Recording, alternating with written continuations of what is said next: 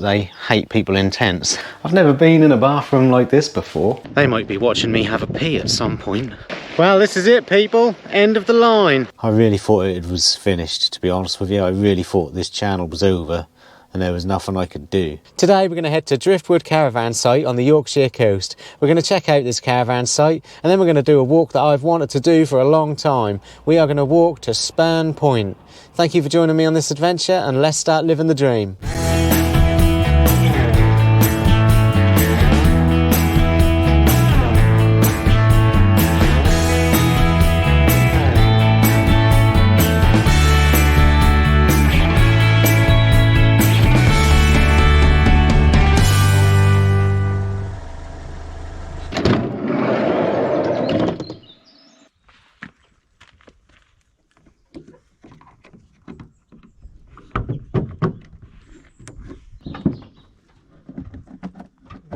So yeah, first impressions, and it is a very small, compact campsite, which I kind of knew it would be because the reviews have said that. So it is just somebody's garden and a few caravans and motorhomes there, and a couple of pitches there, and then a pitch here, and then a couple of pitches there.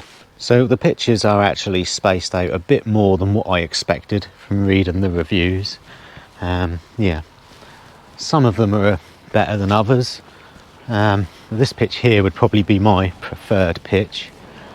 Yeah, because you're kind of out of the way there. So there is no online booking. You phone up and they write your name on your pitch and you turn up. And then I'm assuming they'll come see me at some point for the money. You can pay cash or bank transfer. They are only charging me £20 for the night with electric hookup, and that is per unit. So that's not a bad price. On this trip that I'm on, that's actually a pretty decent price. Now, I don't know if they like tent people very much though, because tent people are welcome, and a one-man tent is £15, a two-man tent is £20, which is what I'm paying with electric. But they have to pay an additional £8 on top of that for electric. So it's £28 in a two-man tent with electric. So I don't really understand that. My only thought is that they hate people in tents. But hey, for me, £20 pitch price per unit, that's not a bad price, to be fair. Yeah, I think there is only one toilet, but we'll go check it out, shall we? Let's have a look. But yeah, very small. But this is the only campsite near Spurn Bank, or whatever it's called, Spurn Bank, where we're going to go anyway. So, you know, if you want to go visit the Spurn, this is your choice, basically.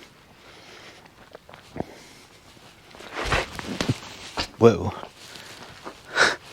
That mat is very slippery. So I've got the bins here. Yep. Clearly labelled, and there is recycling bins.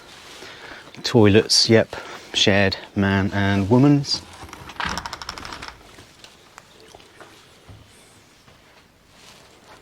Yeah, it's quite nice in here. Just lock that, but yeah, I've never been in a bathroom like this before. So you got your toilet there, your sink there. It's a very pleasant room. Shower here, 50p for a shower. I mean, I think showers should be free, but 50p is pretty cheap. But then here you got a nice little seat to have a sit down on, and some books, DVDs, and some stuff you can buy. This is actually a lovely little room, and some information stuff there. This is the biggest toilet slash shower facility that I have ever seen on a campsite. Yeah, it is big. So yeah, it is only the one, but I think there's only like 8 pitches on the campsite anyway, so it's probably enough, to be fair. Yeah, some little stuff you can buy with a honesty box. Get yourself a little picture. Yeah, some key rings, some stones that are painted, I think that's what they are. Yeah, this is actually a really nice toilet unit, to be fair. I mean, There's a little bit of lime scale around the shower, nothing that unusual for a campsite toilet though. Yeah, there's a little bit of grime inside the toilet there, and but you know, nothing that you wouldn't expect on a campsite that doesn't have immaculate toilets, to be fair. But yeah, this is a very nice toilet room. I do like it. Okay, so on closer inspection, yeah, there is a lot of hairs around on this sink. That's not very nice at all. And that bit there behind the toilet, between the toilet seat, has not been cleaned in a while because there's a lot of hairs there as well. Yeah. So yeah, that's a bit of a letdown, but I do like this room in general. It is a lovely sized room. Yeah.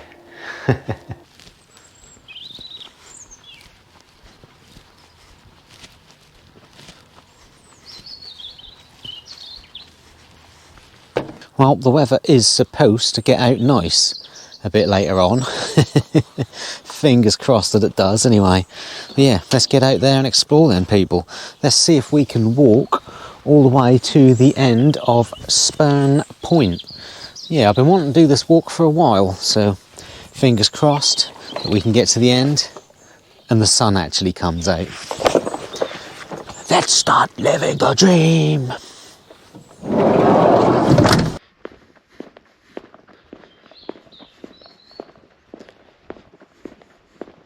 Well, the campsite is pretty much next to the sea. The sea's just there. Campsite is literally just 50 meters down there. Got a bird observatory here. See if I can check that out. Looks like that's open to the public. So the bird observatory is not really a place that's open to the public, but there is an information bit there. I did ask, can I walk right to the end of Spurn Point? And the man said yes, all the way to the end, 3.5 miles. So yeah, let's check it out, people. Start living the dream.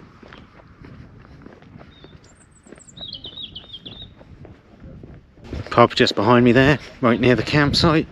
Yeah, so about a 10-minute walk from the campsite, and we are officially on the Spurn Point Trail, I suppose, I don't know. But we're now coming up to the Discovery Centre. Go and have a look, see if there's anything in there, and then we will continue on for 3.5 miles. Yeah, looks like the weather might change, it might get nicer. It is supposed to be sunnier later on, but we'll see. I hope so. Quite a few bird watchers about here with huge binoculars and cameras with a zoom that can probably see what's going on Mars right now. Yeah, they might be watching me have a pee at some point. Never mind.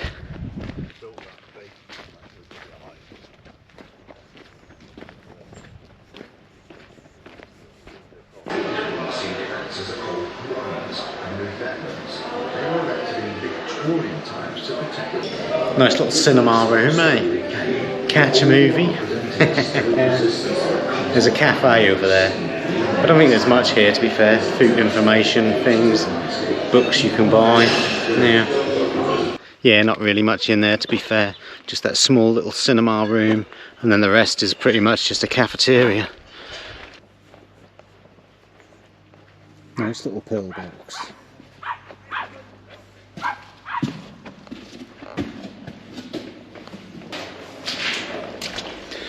Yeah, pretty decent little pillbox that.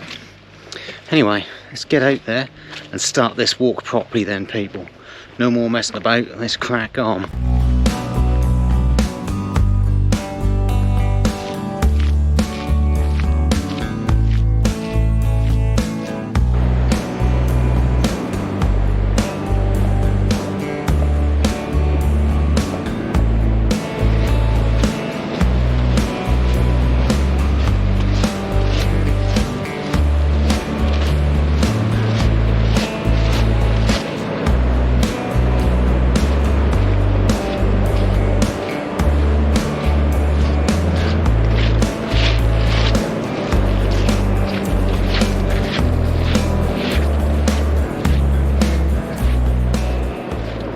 Yeah, so we've got the North Sea to the side of us there, and then behind us here we have what I believe is the River Hummer, or the Hummer estuary.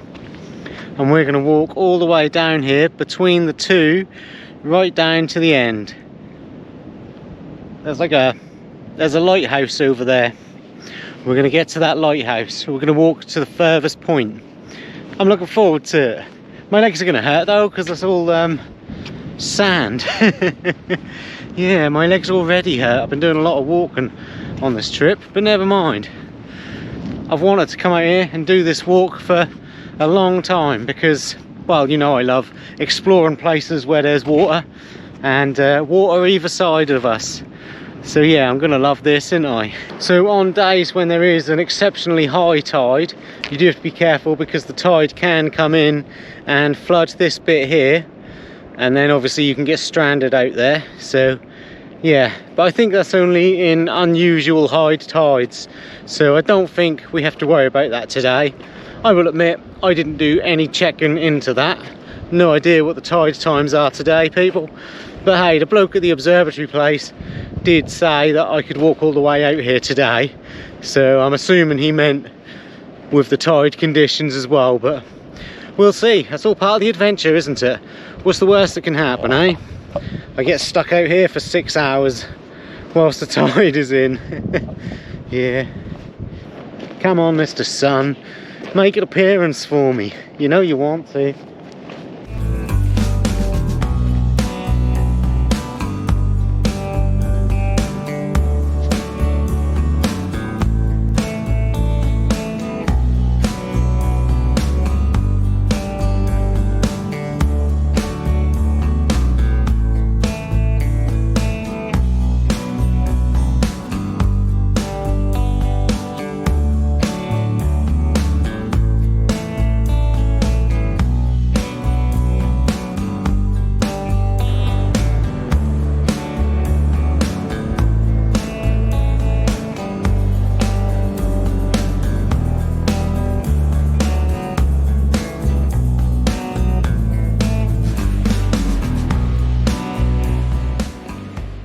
Yeah, a little shelter in case you do get cut off by the tide.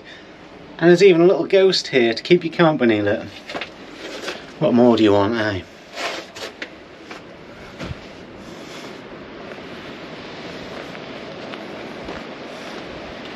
So I was just able to get online and check the tide times. 5.5 hours before the tide comes in, so should be good. And it looks like the sun is about to come out and it might be a glorious day. Yeah. It's a nice walk, I'm enjoying it. Lovely out here. Yeah, it's quite busy, busier than I thought it would be. But you know, it is what it is. Can't complain, I guess. Other people are out living the dream as well.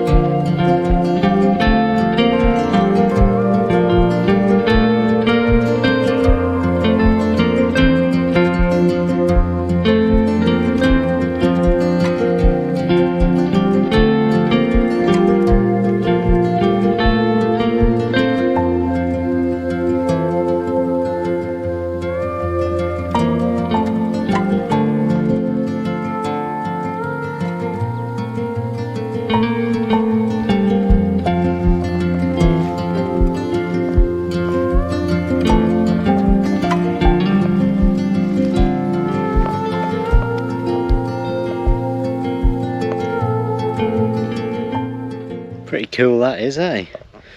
Yeah, it's like one of the old Anderson bomb shelters there, buried in the ground. Really hard to spot. I didn't want to go in it really in case the roof fell in on me, because it looked like it's got a bit of wear and tear to it, but then it would have been around for a long time. So yeah, lovely evening, people. Lovely evening. It looks like sometimes you can go in the main lighthouse, the one that's open. You got the one there. Sometimes, well, there was a sign up saying the lighthouse is closed today, so I assume some days you can go in it. And then that's the old lighthouse over there that's on the beach, the black one. So yeah, obviously that's kind of abandoned now, but yeah, I'm quite enjoying this walk. There's some buildings up here as well. I mean, I knew there was a toilet up here, but I don't know what else there is in the way of buildings. Yeah, I guess we'll find out. That's not the building I was talking about.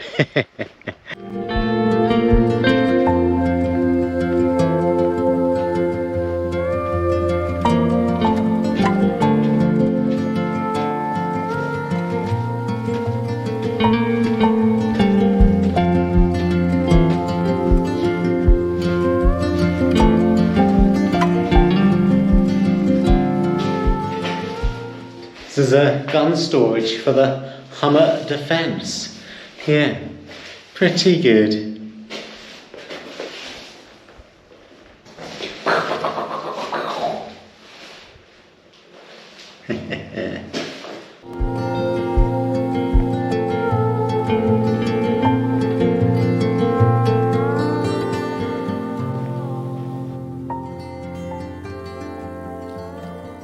Damn it. I was really hoping I could walk out onto this jetty, although I had a feeling you wouldn't be able to. But yeah, that would be pretty damn good. Be out there. Yeah, never mind anyway. I think we're near the end now. Yeah. Yeah, I think all these buildings here are to do with the lifeboat people. RNLF, whatever.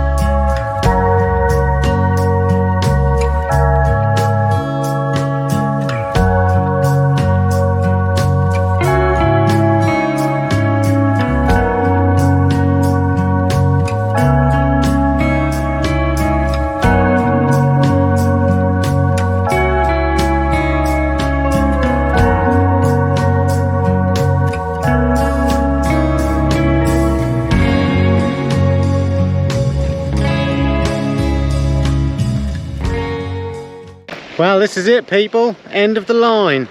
Made it all the way to the end. Yep, it's been a lovely walk. And it's going to be a lovely walk back by the looks of it. Living the dream, people. Living the dream.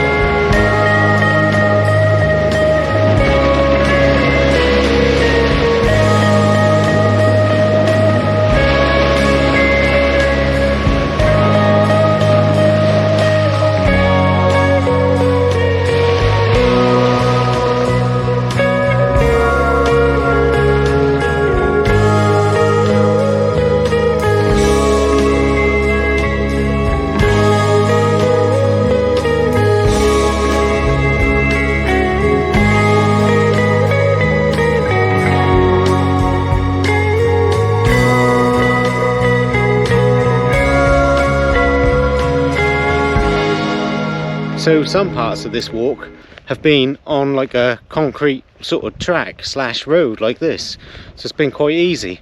Not all though, unfortunately. Obviously further down where the tide can go over, but that's just sand, and that's quite hard walking. So parts are easy, parts are hard.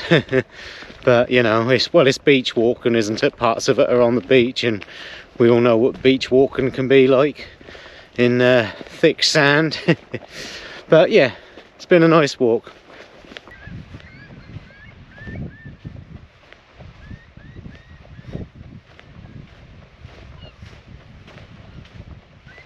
Well, I'm back now, people.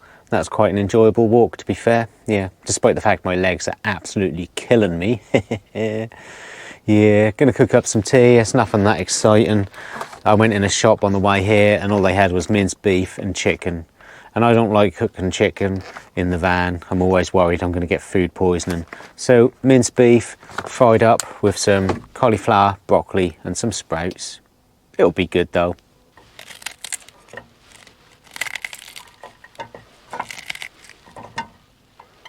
Probably should turn the pan on, I suppose. That might help.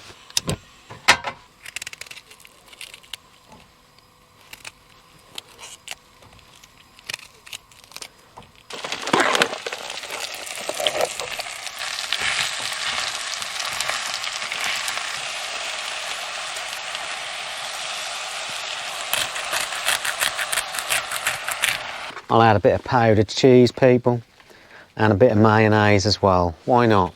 I'm on holiday, so I'll treat myself. Oh, I meant to do the cheese for mayonnaise first, didn't I? So that I don't put the cheese all over the... Nah, it's done now.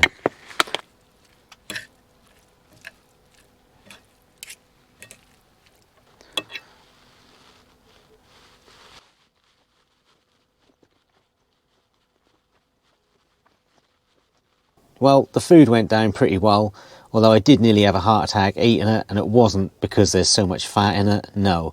It was because I got an email from YouTube telling me that my channel has been removed because it contains too much spam and goes against community guidelines. And I thought, oh my God, everything I've worked for has gone. And I couldn't log into my YouTube. It said this account no longer exists. I was able to appeal it through the email, and literally like a minute later they replied and said, okay, we've reviewed it and your channel's back up and there was nothing wrong with it and we apologise. But my God, I really thought it was finished, to be honest with you. I really thought this channel was over and there was nothing I could do. So yeah, I really need a beer right now. And I'm going to have a Wainwright Gold Lake District Original. Yeah, 4.1%.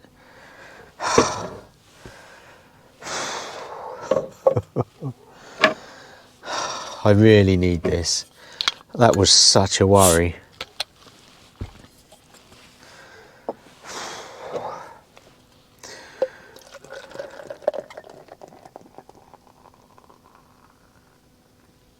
I don't know what I would do if this channel got taken away and just closed, because I put so much hard work into it, you know. But that is a reminder that I'm doing this and YouTube can end at any time at once. But my God, that scared me.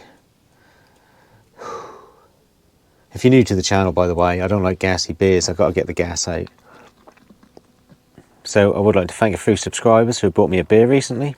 Thank you, Karen and Sally, and thank you, John and Nettie. And as it is the end of the month, I would like to thank my monthly beer suppliers. So thank you, Claire, thank you, Mark and Lisa Horner, thank you, Presley Cook, thank you, East, and thank you, someone. But of course, I would like to thank all of you for watching my videos, because I appreciate everyone for watching the videos. So cheers, everyone, to living the dream.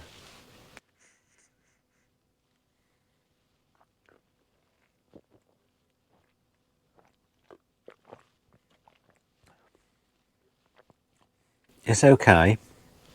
It tastes a little bit like a cross between a lager and a pale ale, or an Indian pale ale. and I don't like Indian Pale Ales, but it's not too overpowering on the Indian Pale Ale taste. I wonder if it is an Indian Pale Ale. I don't know, I'm looking at it, I'm not even reading it, I'm too busy thinking about what just happened with the YouTube.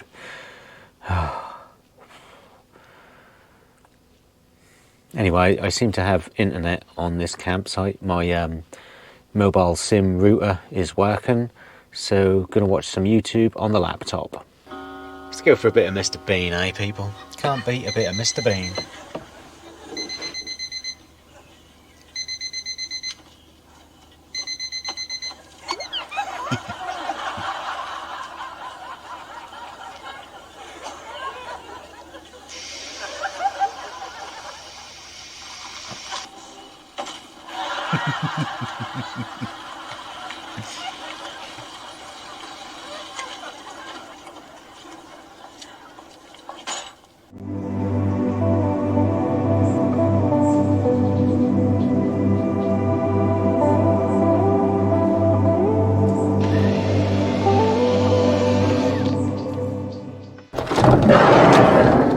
Yeah, morning everyone. Yeah, I slept pretty well last night, to be fair. I did wake up in the morning and thought there was something gnawing in the van, like there was a mouse or something in here. But I don't know whether, I don't think there was. But yeah, but the campsite is nice and quiet, and at the night I could hear the sea as well. Yeah, there is a road just by the campsite there, but it's very unused because it doesn't really go anywhere other than to like Spurn Point, so not a lot of traffic at all in the night. So yeah, nice and quiet. So I have been quite happy with my pitch, to be fair. It's one of the better pitches. The pitches are reasonable size, bigger than what I thought from some of the reviews. Although I have to say, I wouldn't have wanted to be that VW. That would be the worst pitch, because you're right where everybody walks past to go to the toilets, and there was a light that was on all night there, and that was really bright, lighting up the back of their van. So that would be my least favourite pitch. But yeah, my pitch hasn't been too bad, to be fair. You know, for £20 a night with electricity per unit, yeah, it's not too bad really.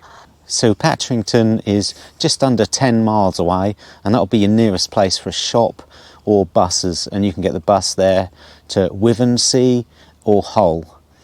Yeah, nearest place for a supermarket is just under 20 miles away, and that is just on the outskirts of Hull. So there's not a lot in this actual area. Now there is a pub just down the road there, but that is it.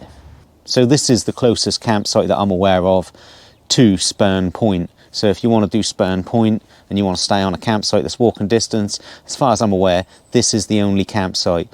Unless you're a member of the Caravan Camping Club, because I do believe there's a Camping Caravan Club site over there which I walked past, which, to be honest, I didn't go in, but from the outside it did not look any better than this, to be honest with you. So I have just been to the house, rung the doorbell so that I could pay the people before I leave. They're out at the minute, and they told me to just put the money through the letterbox because I had the exact money. So yeah, all good with that. Well, I'm going to pack up and leave Yorkshire now, people, and it's been good. Yeah, if you've enjoyed any of this, then like and subscribe to catch me on another adventure. Keep living the dream, and I'll see you soon.